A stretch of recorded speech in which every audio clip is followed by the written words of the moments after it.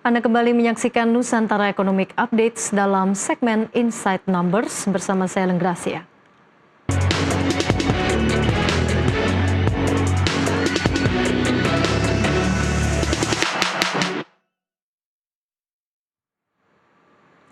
Pemirsa, kebutuhan internet di Indonesia terus meningkat seiring gaya hidup yang semakin digital. Tahun ini jumlah pengguna internet menembus 229 juta orang, menjadikan Indonesia salah satu pasar terbesar di Asia.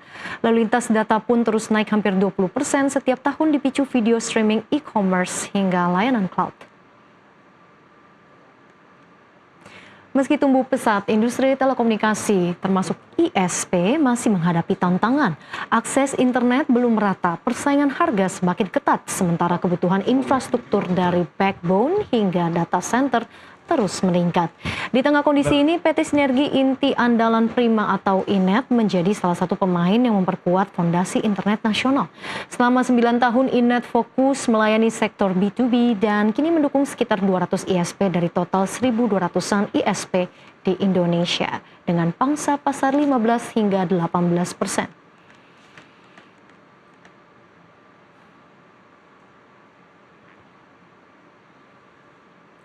Dan di tengah kebutuhan internet yang terus melonjak dan persaingan industri telekomunikasi yang semakin dinamis, tantangannya tidak hanya soal memperluas jaringan, tetapi juga memastikan kualitas layanan tetap andal dari Sabang sampai Merauke. Dan hari ini kita sudah bersama dengan CEO PT Sinergi Inti Andalan Prima TBK, Bapak Muhammad Arif Angga, yang akan berbagi pandangan mengenai perkembangan industri internet, strategi menghadapi kompetisi, hingga bagaimana infrastruktur digital bisa menopang transformasi ekonomi nasional.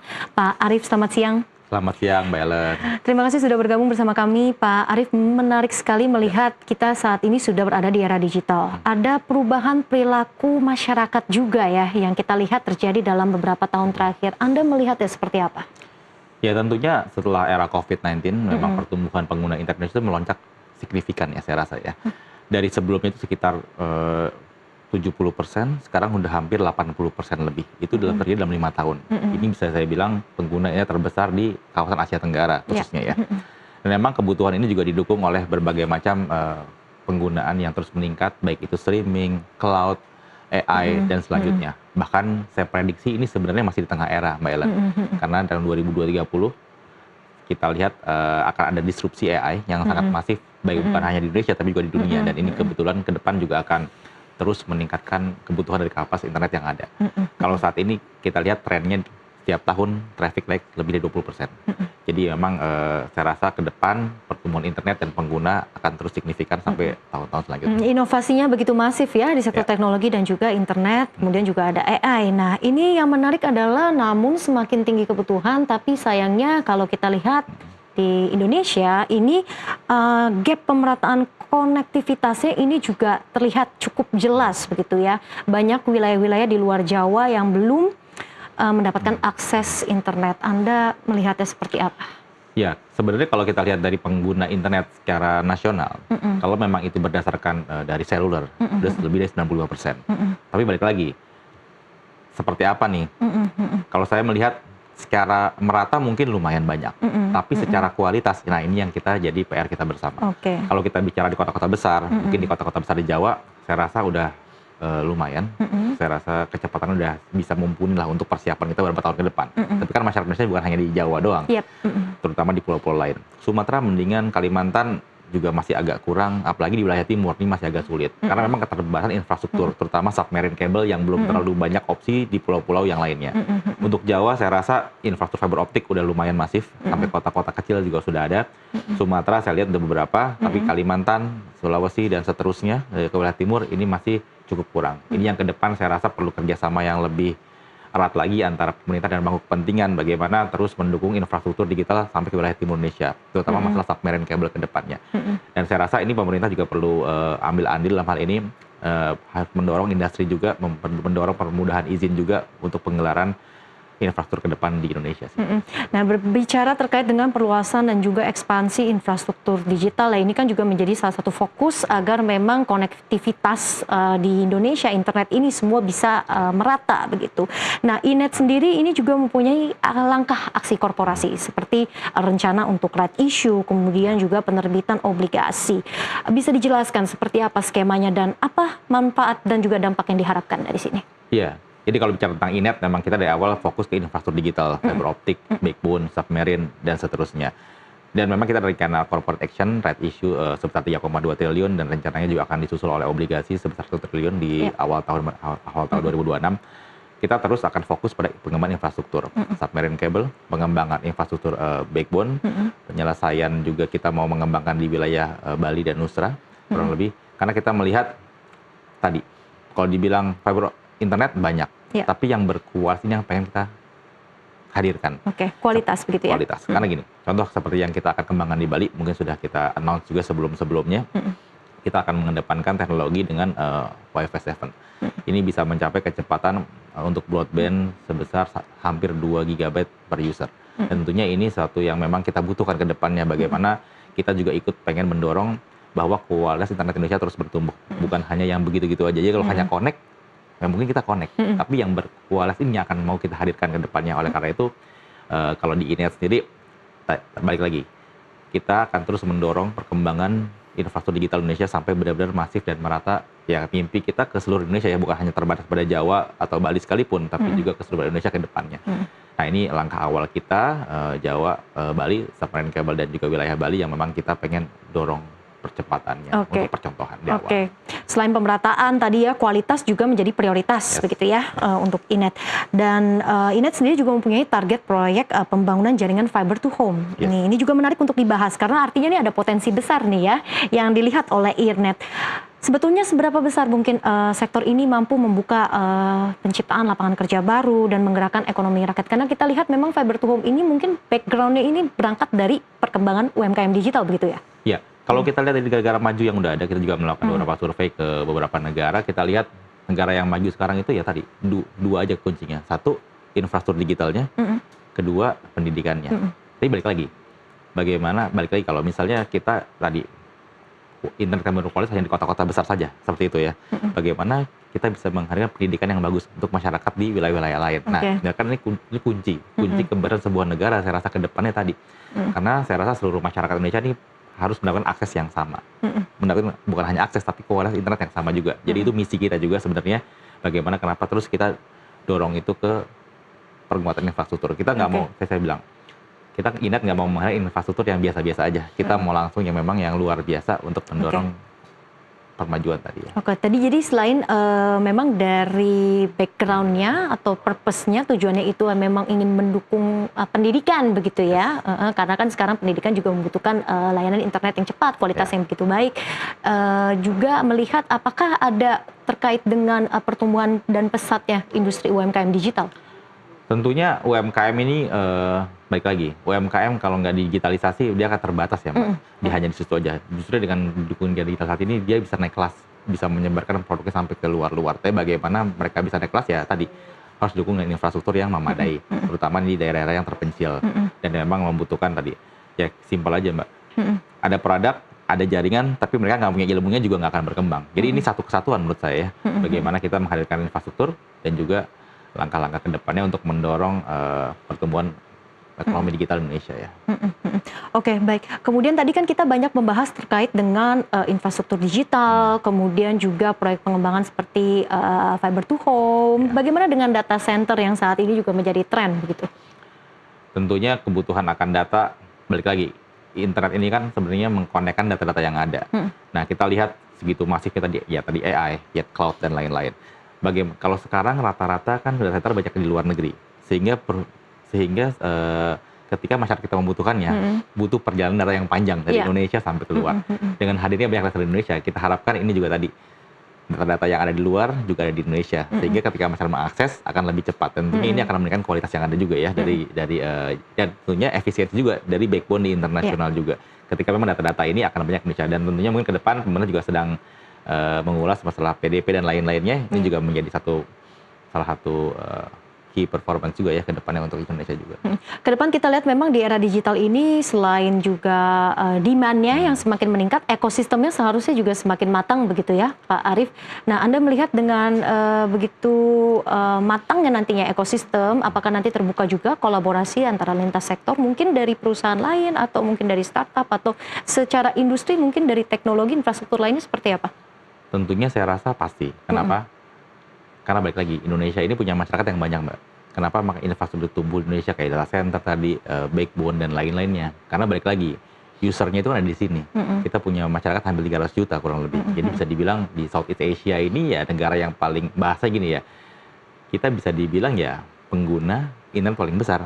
Jadi apa ya, semua ekosistem harus di sini. Bukan hanya infrastrukturnya, tapi tadi layanan-layanan yang di atas juga harus hadir di Indonesia. Dan ini sebuah ekosistem yang nggak akan bisa dipisahkan ke depannya. Kita punya kelebihan dari market yang sedikit besar. Karena kalau kita bicara negara tetangga, kayak Singapura mungkin, Malaysia yang masyarakat cuma di bawah 50 juta ya kurang lebih. Ya, infrastruktur yang dibangun di Singapura sekalipun seperti data center, penggunanya siapa?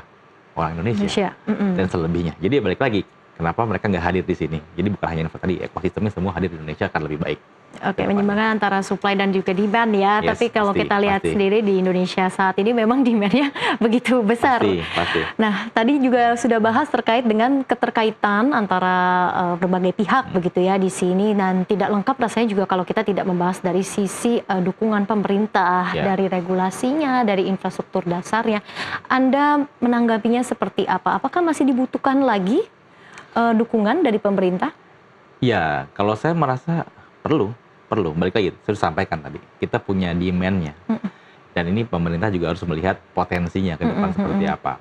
Ya, menurut saya perlu dibuat stimulus-stimulus yang untuk mendatangkan potensi-potensi ekonomi yang besar buat masyarakat Indonesia tentunya ke depannya. Bukan hanya dari stimulus dari sisi insentif, tapi juga dari kemudahan perizinan. Ya, saya bilang tadi, submarine cable ini butuh banget di Indonesia ke depannya. Berbagai macam pulau, kita negara kepulauan ya Mbak ya. Jadi itu juga saya rasa ke depan pemerintah perlu mensimplify juga masalah proses perizinan yang ada. Sehingga ketika memang ada provider yang ingin menggelar infrastruktur, bisa agak lebih cepat.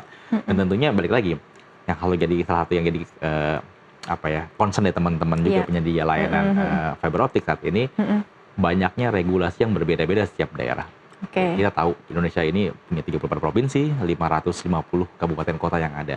Bayangkan ketika kita mau menggelar layanan fiber optik atau infrastruktur digital lah ya, kita harus melewati banyak pintu dan punya peraturan yang berbeda-beda. Prosesnya begitu. Di sini kota ini gini, di kabupaten ini dan seterusnya. Nah, ini tentunya perlu menurut saya disimplify ke depannya, harus ada satu regulasi yang sapu jagat kali ya, yang bisa diikuti dari top to down, sehingga ketika ada rekan-rekan yang ingin membangun infrastruktur digital, ini bisa lebih nyaman, bisa lebih cepat.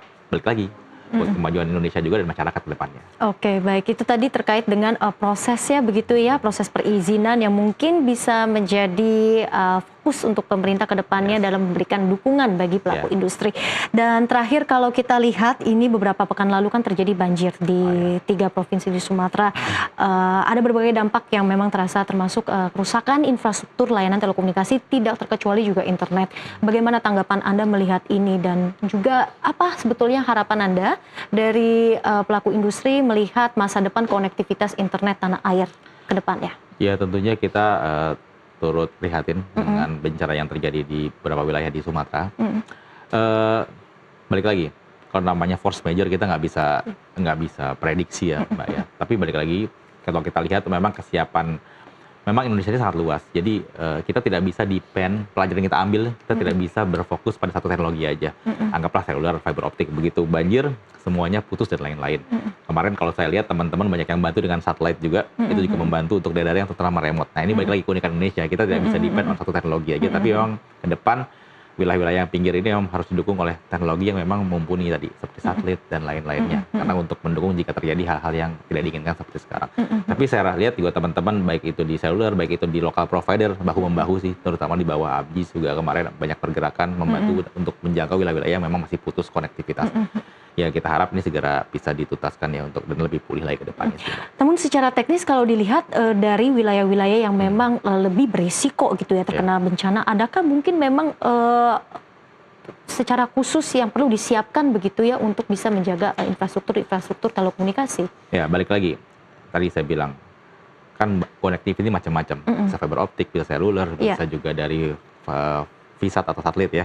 Jadi memang semua ini sebenarnya saling melengkapi. Jadi tidak ada sebuah teknologi yang akan sesempurna itu, Mbak. Tetap akan ada saling melengkapi untuk hal-hal tertentu. Terutama wilayah Indonesia tadi ya, demografisnya luar biasa, kaya lah ya, macam-macam lah ya. Jadi ini memang butuh tadi diversifikasi teknologi. Semuanya membutuhkan, tapi mana yang lebih penting, nah ini disesuaikan dengan wilayah yang ada.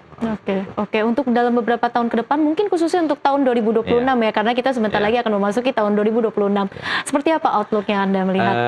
Saya lihat pertama untuk kebutuhan backbone internasional ataupun domestik ini akan naik sekitar 20-30% kebutuhan akan data. Ini akan semakin besar maraknya layanan-layanan yang masuk ke Indonesia ya. Ini akan terus meningkatkan dari penggunaan data yang ada. Satu itu. Kedua, broadband menurut saya tetap akan jadi satu yang booming di tahun 2026 ataupun mungkin tahun-tahun selanjutnya. Karena apa? Saat ini dari data yang kita miliki, pengguna internet broadband atau rumahan ya retail itu masih di bawah 15%. Ya, more or less 15% lah ya. Jadi masih banyak sekali room yang memang harus dikembangkan dari layanan dari broadband sendiri. Dan ini yang perlu tadi bareng-bareng didukung. Karena tadi saya bilang, kalau masyarakat dapat menerima internet yang berkualitas, kita harapkan ke depan ya tadi pertumbuhan bukan hanya pendidikan, ekonomi dan lain-lainnya akan terus meningkat pesat ke depannya. Masih ada ruang untuk pertumbuhan begitu ya? Masih ada ruang yang sangat besar menurut saya untuk bertumbuh. Peluangnya masih belum besar. Belum sampai 20%, Mbak. Masih ada, harusnya kita bisa mencapai lebih dari 50% lebih ya. Apakah ini artinya diperlukan lagi literasi digital untuk masyarakat kita agar bisa ngejar pertumbuhan itu?